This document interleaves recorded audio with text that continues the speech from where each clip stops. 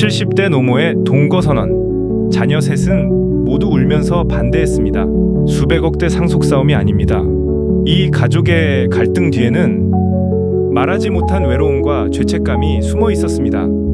먼저 자녀들의 시점에서 이 이야기를 들어보겠습니다.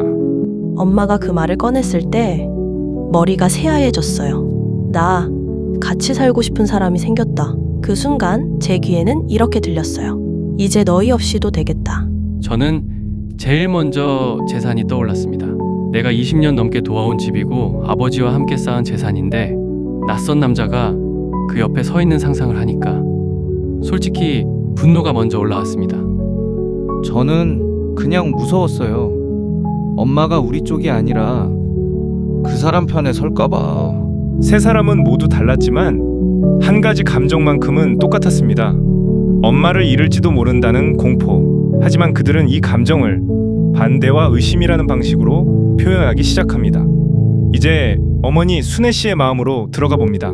남편이 떠나고 13년이 지났습니다. 처음 몇 해는 애들 보느라, 그 다음 몇 해는 아픈 친구들 챙기느라 그냥 그렇게 버텼죠. 근데 어느 날 문득 이런 생각이 들더군요. 내 얘기를 끝까지 들어주는 사람이 한 명도 없구나. 애들도 바쁜 거 압니다. 손주 챙기고 직장 다니고. 그래서 더 말을 못 하겠더라고요. 괜찮다 괜찮아, 엄마는 잘 지낸다. 이 말은 진짜 괜찮아서 한 말은 아니었습니다. 노년의 외로움은 눈에 보이지 않습니다. 웃으면서 밥도 먹고 손주 용돈도 쥐어주고 사진도 같이 찍습니다. 하지만 집에 돌아와 문을 닫는 순간 깊은 침묵이 시작됩니다. 문을 닫고 나면 집안의 소리가 하나도 안 나요. 그때마다 이런 생각이 들었습니다.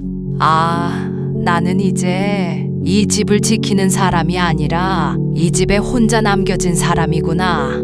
그 무렵 순애 씨가 만난 사람이 바로 정수 씨였습니다. 저는 혼자 살아가는데 익숙한 사람이라고 생각했습니다. 누가 나를 찾지 않아도, 누가 내 안부를 묻지 않아도 이제 그게 당연하다고 스스로를 설득하고 살았죠. 남에게 기대지 않으면 상처받을 일도 없고 기대하지 않으면 실망할 일도 없으니까요. 봉사 모임에서 처음 그분을 봤을 때 심장이 뛴 게 아닙니다. 숨이 트였습니다. 어떤 느낌이냐면, 아, 나도 아직 누군가와 인사를 나누고 같이 커피를 마실 수 있는 사람이구나. 처음에는 그저 같이 밥 먹고 차 마실 수 있는 동료 정도였습니다. 두 사람이 진짜로 가까워진 건 슬픔을 나눴기 때문이 아니라 서로의 생각을 존중해줬기 때문이었습니다. 어느 날이었습니다. 작은 카페에 앉아 있었는데 그분이 조심스럽게 이런 말을 꺼냈습니다. 예전엔 집안에서 제 의견을 말하기가 참 어려웠어요. 라고 말씀하시더라고요. 그래서 제가 물었습니다. 지금은 어때요? 그분이 웃으면서 그러더군요. 이상해요. 당신 앞에서는 말해도 될 것 같아요. 그 말이 저한테는 세상에서 가장 큰 신뢰처럼 들렸습니다. 그래서 저도 평생 숨겨왔던 습관을 말해버렸습니다. 저는요, 늘 상대가 불편할까봐 제 생각을 숨기는 버릇이 있어요. 그분이 잠시 생각하더니 이렇게 말했습니다. 전 당신이 생각을 말할 때가 훨씬 좋던데요. 그 말이 제 인생에서 가장 따뜻한 칭찬이었습니다. 그날 이후로 우리는 애써서 가까워진 것이 아니라 서로를 있는 그대로 좋아해버린 사이가 됐습니다. 사람은 강한 모습에 끌리는 게 아니라 나를 바꾸려 하지 않는 사람에게 마음을 엽니다. 두 사람은 서로를 불쌍하게 보지 않았고 서로를 고치려고 들지도 않았습니다. 그저 지금 이 모습 그대로 괜찮다고 서로에게 말해주고 있었습니다. 하지만 이 관계는 곧 거센 반대에 부딪힙니다. 엄마, 솔직하게 말해줘. 얼마나 진지한 사이야? 그냥 같이 밥 먹고 같이 걷는 사람이야. 나도 이제 좀 사람답게 살고 싶어서. 사람답게 사는 게 왜 꼭 남자랑 같이 살아야 하는 건데요? 엄마, 그 사람 경제력은 있어요? 일은 해요? 자녀들의 말은 모두 질문의 형태였지만 실제로는 판결에 가까웠습니다. 아버지가 평생 벌어놓은 재산을 생판 남에게 넘긴다는 생각이 도저히 받아들여지지 않았습니다. 솔직히 체면도 신경 쓰였어요. 친구들이 뭐라고 할까? 너네 엄마 70 넘어서 남자랑 산다며? 그 말이 너무 두려웠어요. 나는 엄마가 나보다 그 사람 편을 더 들까봐 그게 제일 무서웠습니다. 심리 상담가는 말합니다. 자녀들은요, 사랑을 빼앗긴다고 느끼는 게 아닙니다.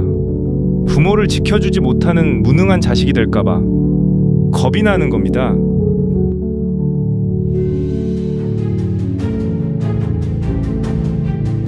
(1등은) 결국 정수 씨를 향한 최후 통첩으로 이어집니다. 어르신, 정말 우리 엄마를 위하신다면 떠나주셔야 하는 거 아닌가요? 노년의 사랑은 종종 자녀의 죄책감과 정면으로 부딪히게 됩니다. 우리 엄마, 이 나이에 상처 한 번 더 받게 할 순 없어요. 지금이라도 물러나시면 우린 아무 말도 안 하겠습니다. 이 말은 한 남자의 마음을 찢어놓습니다. 그 말을 듣고 며칠 동안 잠을 거의 자지 못했습니다. 내가 떠나면 이분은 다시 혼자 남겠구나. 그리고 결국 이렇게 결론을 내렸습니다. 사람이 마지막으로 잡은 행복을 죄책감 때문에 놓게 만드는 건 그 사람을 사랑하는 게 아니다. 그래서 떠나지 않기로 했습니다. 근데 내가 버티면 자식들이 죄책감에 시달리겠구나. 어느 쪽을 선택해도 누군가는 상처를 받을 거였습니다. 갈등이 파국으로 치닫던 어느 날 순애 씨가 움직입니다. 그녀는 자녀들을 모두 불러 앉히고 조용히 서류 뭉치를 꺼냈습니다.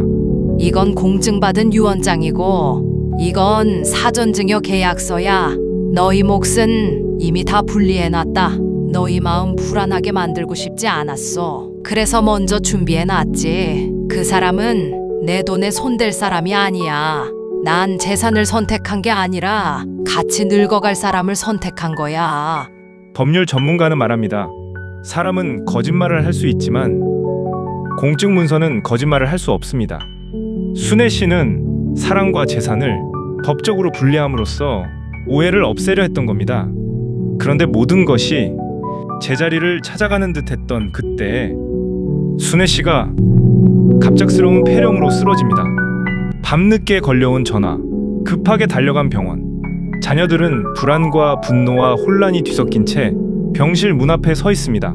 그리고 얼마 후 자녀들은 예상하지 못한 장면을 목격합니다. 병실 문을 열었는데 엄마 옆에 앉아있는 사람은 우리가 아니라 그 사람이었습니다. 엄마에게 죽을 만큼 화가 나 있던 바로 그 사람이요. 정수 씨는 잠든 순애 씨의 손을 꼭 잡고 있었습니다. 저는 단 한 번도 자리를 떠나지 않았습니다. 밥을 먹을 때, 자세를 바꿀 때, 밤새 숨소리를 확인할 때 그건 희생이 아니라 제가 살아있다는 감각을 되찾는 시간이었습니다. 내가 누군가의 하루에 진짜 도움이 되고 있다. 엄마 얼굴에 묻은 밥풀을 휴지로 조심스럽게 닦아주는 손길. 밤새 허리를 펼 시간도 없이 의자에 기대 꾸벅꾸벅 졸다가도 엄마가 기침 한번 하면 벌떡 일어나는 모습. 그걸 보는데 솔직히 우리가 못한 일을 그 사람이 대신하고 있다는 생각이 들었습니다. 자녀들은 알고 있었습니다. 자신들이 엄마 곁을 지키지 못한다는 걸. 바로 그 지점에서 죄책감과 고마움이 충돌하기 시작합니다. 자녀들이 가장 두려워하는 건 부모를 사랑하지 않는 자식이 되는 게 아닙니다. 사랑하지만 해줄 수 있는 게 없는 자식처럼 느껴지는 겁니다. 그래서 황혼의 동반자가 등장하면 마치 자기 자리를 빼앗기는 느낌이 들죠. 하지만 진실은 이겁니다. 황혼의 동반자는 자녀의 자리를 빼앗는 사람이 아니라 자녀의 부담과 죄책감을 함께 나눠드는 사람입니다. 며칠 뒤 병실 밖 휴게실에서 정수 씨와 세 남매가 다시 마주 앉습니다.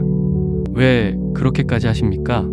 돈 때문이라면 이렇게까지 안 하셔도 되잖아요. 돈 때문이었다면 벌써 떠났을 겁니다. 그럼 뭡니까? 뭐가 그렇게까지 우리 엄마 옆에 앉아있게 만듭니까? 살아있다는 느낌입니다.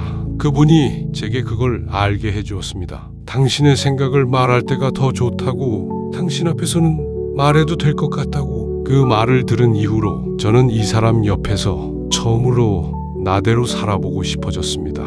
그래서 떠날 수가 없었습니다. 순애 씨의 상태가 안정된 어느 날 가족 모두가 한자리에 앉습니다. 너희 입장 이해한다.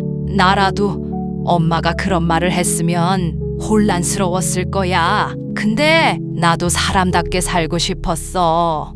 엄마, 우리도 엄마를 지켜드리고 싶었는데 현실이 우리 삶이 엄마 곁에 있을 여유를 안 주더라고요. 그러니까 엄마가 우리 말 안 듣고 다른 사람 택하는 것 같아서 그게 제일 무서웠어요.